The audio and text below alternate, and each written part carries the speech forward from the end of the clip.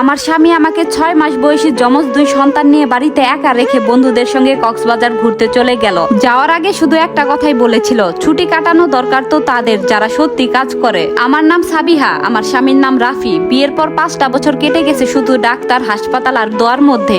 কতবার ভেবেছি হয়তো কোনোদিন মা ডাকটা শোনা হবে না, কিন্তু আল্লাহর অশেষ রহমতে একদিন জানতে পারলাম আমার গর্ভে যমজ সন্তান। সেদিন আমাদের আনন্দের কোনো সীমা ছিল না। বাচ্চারা জন্মানোর আগে আমরা দুজনেই সিদ্ধান্ত নিয়েছিলাম আমি চাকরি ছেড়ে বাসায় থাকবো, কারণ একসঙ্গে 2টা ছোট শিশুকে বড় করা একা কারো পক্ষে সহজ নয়। কিন্তু সন্তান জন্মানোর পর বুঝলাম সিদ্ধান্তটা যেন শুধু আমার জন্যই ছিল। অপারেশনের ব্যথা তখনও পুরোপুরি কমেনি, তবুও রান্না, কাপড় ধোয়া, ঘর গোছানো, বোতল পরিষ্কার করা, ডায়পার বদলানো, রাত জেগে 2 বাচ্চাকে সামলানো সবকিছু একাই করতাম। রাফি অফিস থেকে ফিরে মোবাইল হাতে নিয়ে বসে থাকতো। আমি যদি বলতাম একটু বাচ্চাটাকে কোলে নাও, আমি 5 মিনিট বসি, তখনও তার উত্তর একটাই হতো, আমি সারাদিন অফিসে খেটে এসেছি, বাসায় এসে আর কাজ করতে পারবো না। বাচ্চা সামলানো তো তোমার কাজ, আমার না। আমি যতই বলতাম 2টা ছোট বাচ্চাকে একা সামলানো একটা পূর্ণকালীন দায়িত্ব, সে ততই হেসে উড়িয়ে দিত। তার কাছে আমি যেন শুধু একজন গৃহকর্মী, স্ত্রী বা সন্তানের মা নই। একদিন বিকেলে সে খুব খুশি মুখে বাসায় ঢুকে বলল, আমি আর বন্ধুরা 4 দিনের জন্য কক্সবাজার যাচ্ছি, একটু রিফ্রেশ হয়ে আসবো। আমি অবাক হয়ে বললাম, আমাকে একবারও জিজ্ঞেস করার দরকার মনে হলো না, আমি আর বাচ্চারা? সে হেসে বলল, তুমি আবার কিসের ছুটি কাটাবে? আমি চুপ করে তার দিকে তাকিয়েছিলাম। তারপর সে এমন একটা কথা বলল যা আজও আমি ভুলতে পারিনি। সে বলল, ছুটি তো তাদেরই দরকার যারা কাজ করে, তুমি তো সারাদিন বাসায়ই থাকো। মনে হলো কেউ যেন বুকের ভেতর ছুরি বসিয়ে দিল। আমি চাকরি ছেড়ে দিয়েছিলাম আমাদের সংসারের জন্য, আমাদের সন্তানের জন্য, আর সেই মানুষটাই আজ বলছে আমি নাকি কোনো কাজই করি না।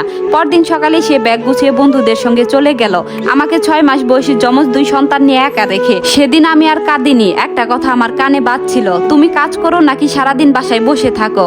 আমার এখন সিদ্ধান্ত নেওয়া উচিত, এভাবে তো সংসার করা যায় না। রাফি ফিরল 4 দিন পর, রোদে পোড়া চেহারা, হাতে এক গাদা শপিং ব্যাগ, বাচ্চাদের জন্য কিছু খেলনা কিনে এনেছে যেন এতেই সব ঠিক হয়ে যাবে। সে বলল, সাবিহা দেখো তোমার জন্য একটা শাড়ি এনেছি। আমি শাড়িটার দিকে তাকিয়ে কিছু বললাম না। কোলে তখন একটা বাচ্চা কাঁদছিল, অন্যটা খাটে শুয়ে হাত পা ছুটছে।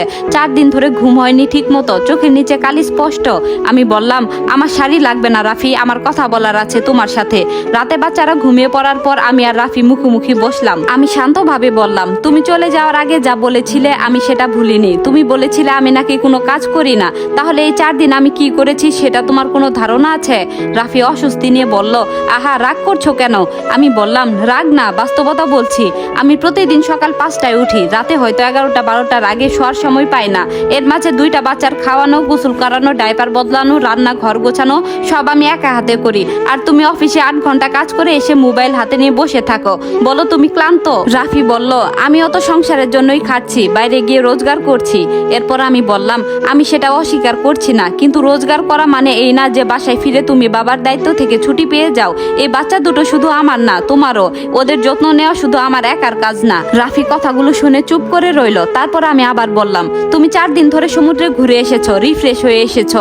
আমি গত 6 মাসে একবারও বাসার বাইরে একা যেতে পারিনি, এমনকি ভালো করে গোসল করারও সময় পাই না অনেক দিন। এটা কি সংসার নাকি আমার একার সাজা? কথাগুলো শুনে রাফির মুখ থমথমে হয়ে গেল, কিন্তু সেই রাতে সে কিছু বলল না, শুধু উঠে গিয়ে ছোট মেয়েটাকে কোলে নিল অনেকদিন পর। পরদিন থেকে অবশ্য তেমন কোনো পরিবর্তন দেখা গেল না।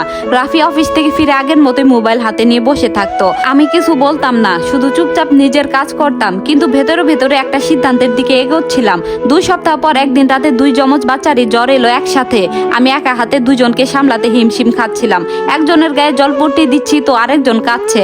রাফি তখন পাশের ঘরে বসে অফিসের ল্যাপটপে কাজ করছিল। আমি বললাম, রাফি একটু আসো, আমি একা পারছি না। কোনো সাড়া নেই। আমি নিজেই 2 সন্তানকে সামলে জ্বর মাপা, ওষুধ খাওয়ানো সব করে যখন ভোর রাতে বিছানায় গেলাম, রাফি তখন ঘুমে অচেতন।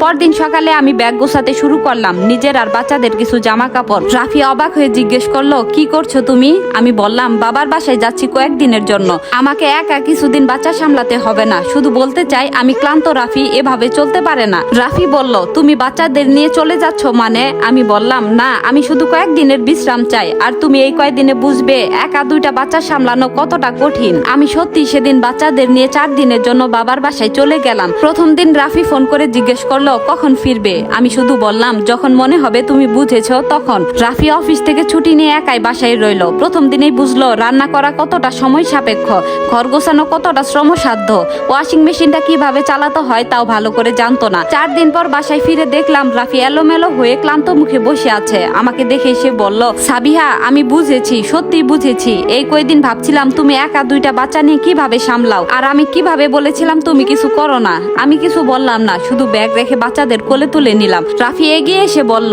আমি ভুল বুঝেছিলাম, আজ থেকে আমিও সমান দায়িত্ব নেব। রাতে বাচ্চা সামলানো, সকালে ওদের রেডি করা, সবকিছুতে তোমার পাশে থাকবো। আমি একটু হাসলাম, তবে বিশ্বাস করলাম না। আমি বললাম, কথা আর কাজে অনেক তফাৎ হয় রাফি, দেখা যাক। সেই রাত থেকে সত্যি কিছুটা বদল শুরু হলো। রাফি রাতে একবার উঠে বাচ্চা দেখতো, সকালে অফিসে যাওয়ার আগে একজনকে অন্তত খাইয়ে দিত।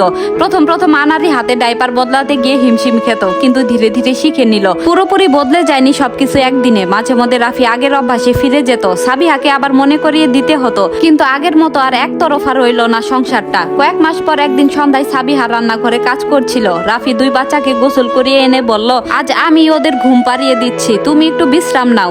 সাবিহা রান্নাঘরের দরজায় দাঁড়িয়ে দেখলো রাফি দুই বাচ্চাকে দুই কোলে নিয়ে গুনগুন করে ঘুম পাড়ানোর গান গাইছে। দৃশ্যটা দেখে চোখে পানি এসে গেল সাবিহার। কষ্টের না স্বস্তির। সংসার তখনও পুরোপুরি সহজ হয়ে যায়নি, তবে এবার অন্তত একা না, দুজনে মিলে টানছিল সেই ভার। এই গল্পটি এখানেই শেষ। সম্পূর্ণ গল্পটি আপনাদের কেমন লাগলো অবশ্যই জানাবেন। ধন্যবাদ।